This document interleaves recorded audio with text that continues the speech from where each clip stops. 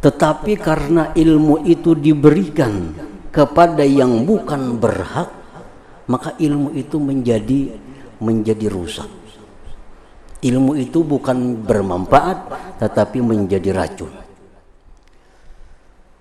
Fadilatul ilmi, kemuliaan daripada ilmu. Para ulama bermacam-macam mentakrifkan atau mendefinisikan apa itu artinya ilmu. Lebih 10 pendapat ulama. Di antaranya ilmu itu artinya adalah i'tikadus syai' ala ma huwa bi. Meyakini sesuatu atas sebenarnya. Nah, itulah ilmu. Apabila kita meyakini sesuatu dan itu memang benar, maka itu disebut ilmu. Satu keyakinan di dalam hati kita terhadap sesuatu dan itu memang sesuatu, memang itu benar, maka itu dinamakan ilmu. Nah, ilmu ini oleh para ulama kita ada yang disebut dengan al-ilmul mahmud, ilmu yang terpuji. Ada yang disebut dengan al-ilmul madmum, ilmu yang tercela.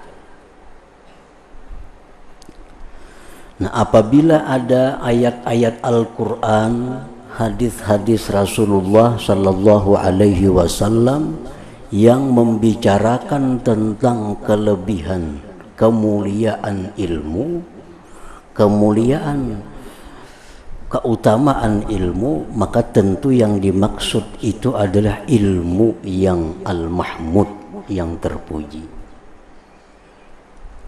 Artinya tidaklah semua ilmu, tidaklah semua pengetahuan itu terpuji.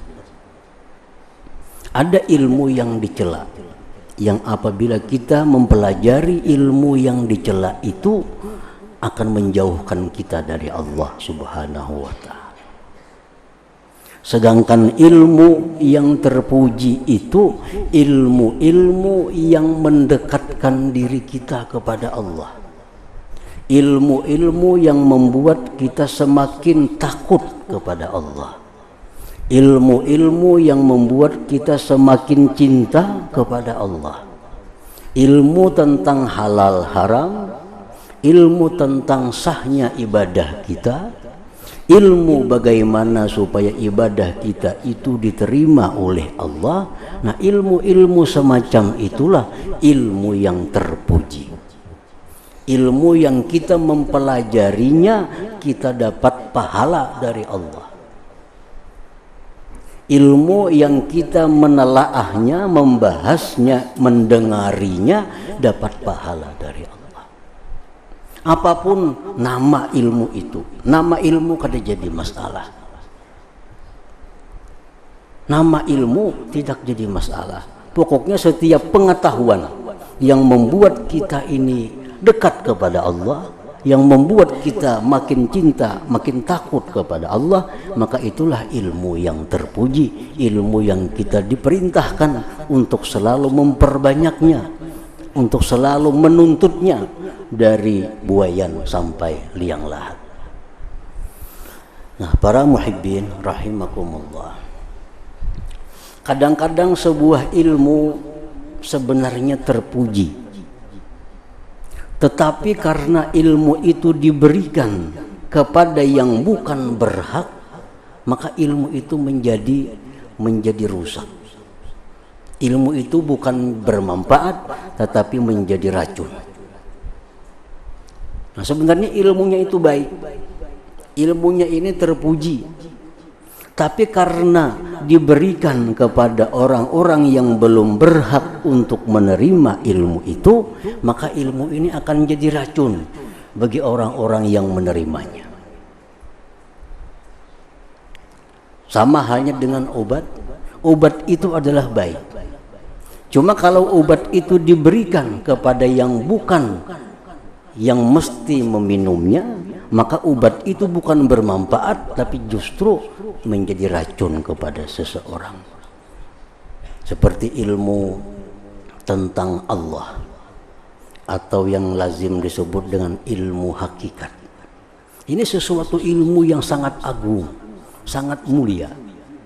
Tetapi kalau ilmu hakikat ini diberikan kepada orang-orang yang belum punya pondasi kuat, kepada orang-orang yang masih banyak mempunyai kewajiban ilmu-ilmu, menuntut ilmu yang di bawahnya, maka ilmu hakikat ini bukan mendekatkan dia kepada Allah, justru membuat dia semakin jauh dengan Allah. Bukan membuat dia rajin beribadah, tapi justru membuat dia malas untuk beribadah. Nah, ilmu yang terpuji ini pun apabila diberikan kepada yang bukan ahlinya, bukan berhak, maka dia akan berubah menjadi sum al-qatil, racun yang membunuh seseorang. Nah, para muhibbin rahimakumullah, dengan belajar ilmu hakikat, karena yang belajar ini belum mampu menerimanya, belum cukup syarat untuk menerimanya. Ilmu hakikat yang semestinya membuat dia makin cinta, makin dekat kepada Allah, makin rajin untuk taat beribadah kepada Allah, justru ilmu hakikat ini membuat dia malas. Ada yang kada bersembahyangan lagi, kada bepuasaan lagi, kada berzakat lagi. Nah, ini bukan salah ilmunya, tapi karena dia mempelajari ilmu itu belum cukup syaratnya, belum mantap pondasinya. Nah, seperti Rasulullah Sallallahu Alaihi Wasallam, beliau adalah manusia yang sempurna ilmu hakikatnya. Justru beliau makin rajin beribadah kepada Allah.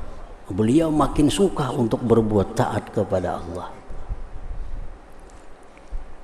Itu membuktikan bahwa beliau mempunyai satu ilmu, yang mana ilmu itu mendorong beliau untuk selalu dekat dengan Allah Subhanahu wa ta'ala.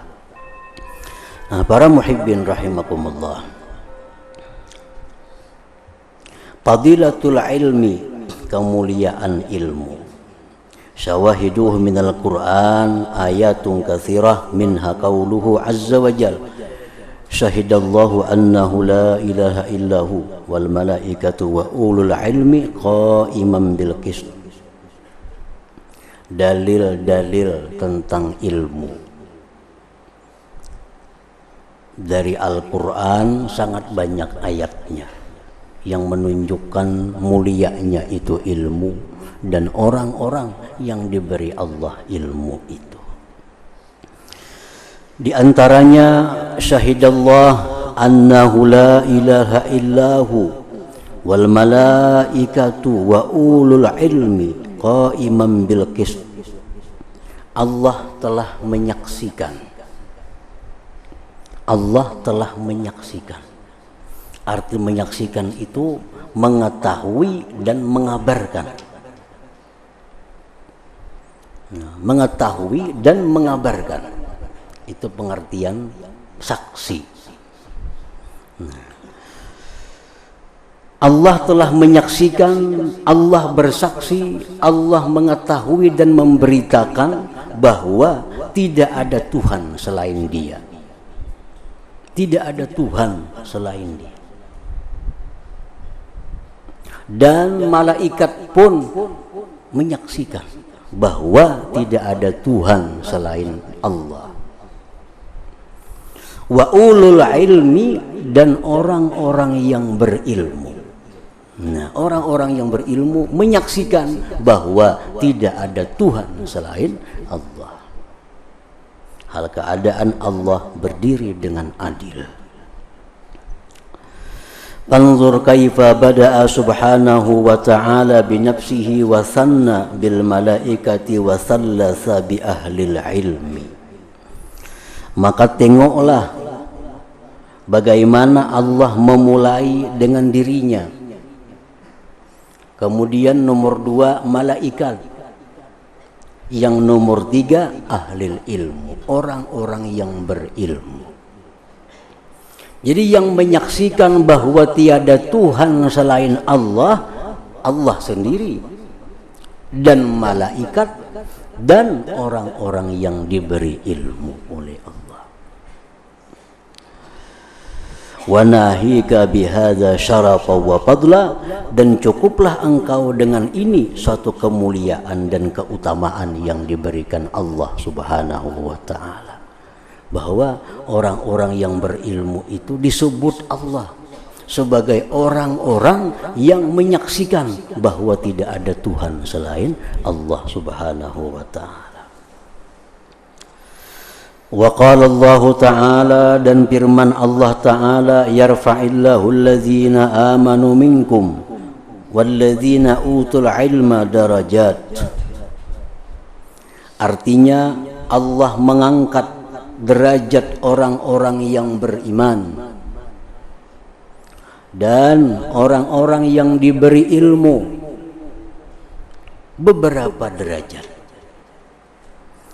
Para ahli tafsir menafsirkan yarfa'ullahul mu'min ala man laysa bimu'min wal alim ala man laysa bi'alim fis sawab fil akhirah wa fil karamah fid dunya.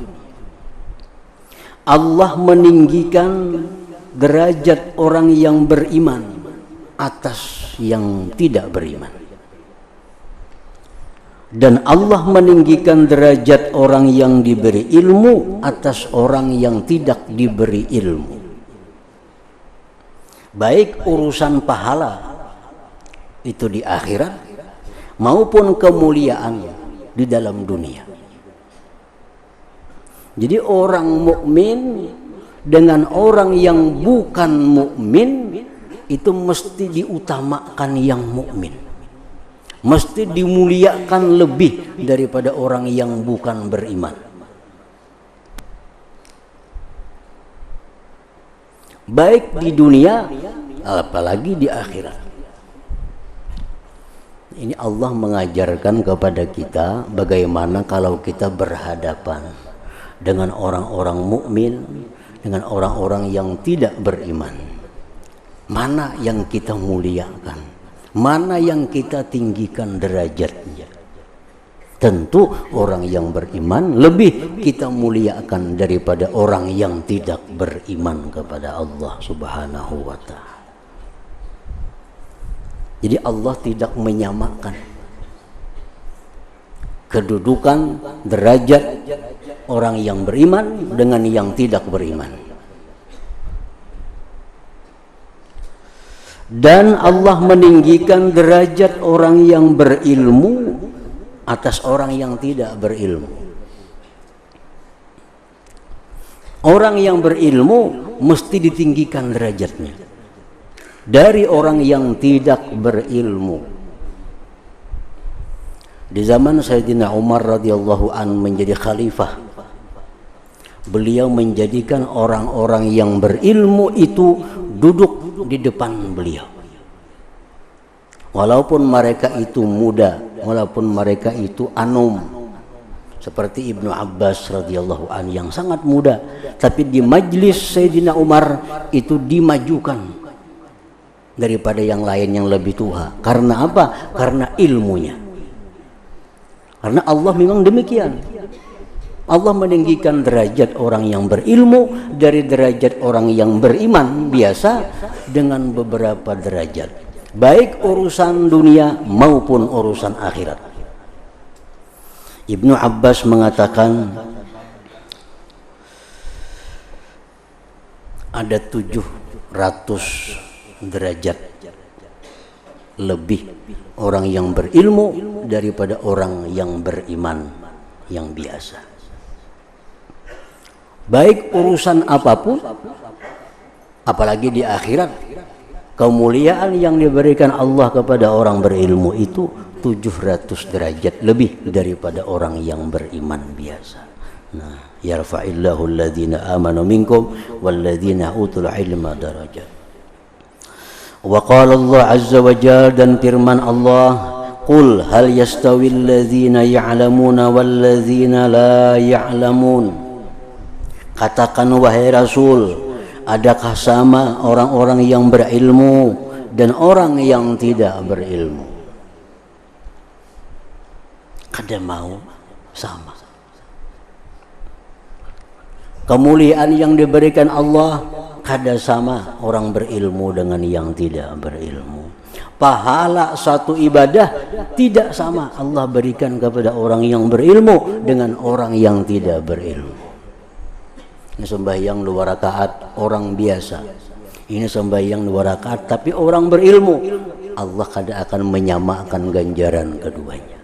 Orang yang berilmu itu dilebihkan oleh Allah Subhanahu wa ta'ala. Wa qala ta'ala, dan firman Allah ta'ala, innama yakhshallah min ibadihil ulama. Hanya saja yang takut daripada hamba-hamba Allah itu ialah ulama. Yang takut kepada Allah itu hanyalah ulama.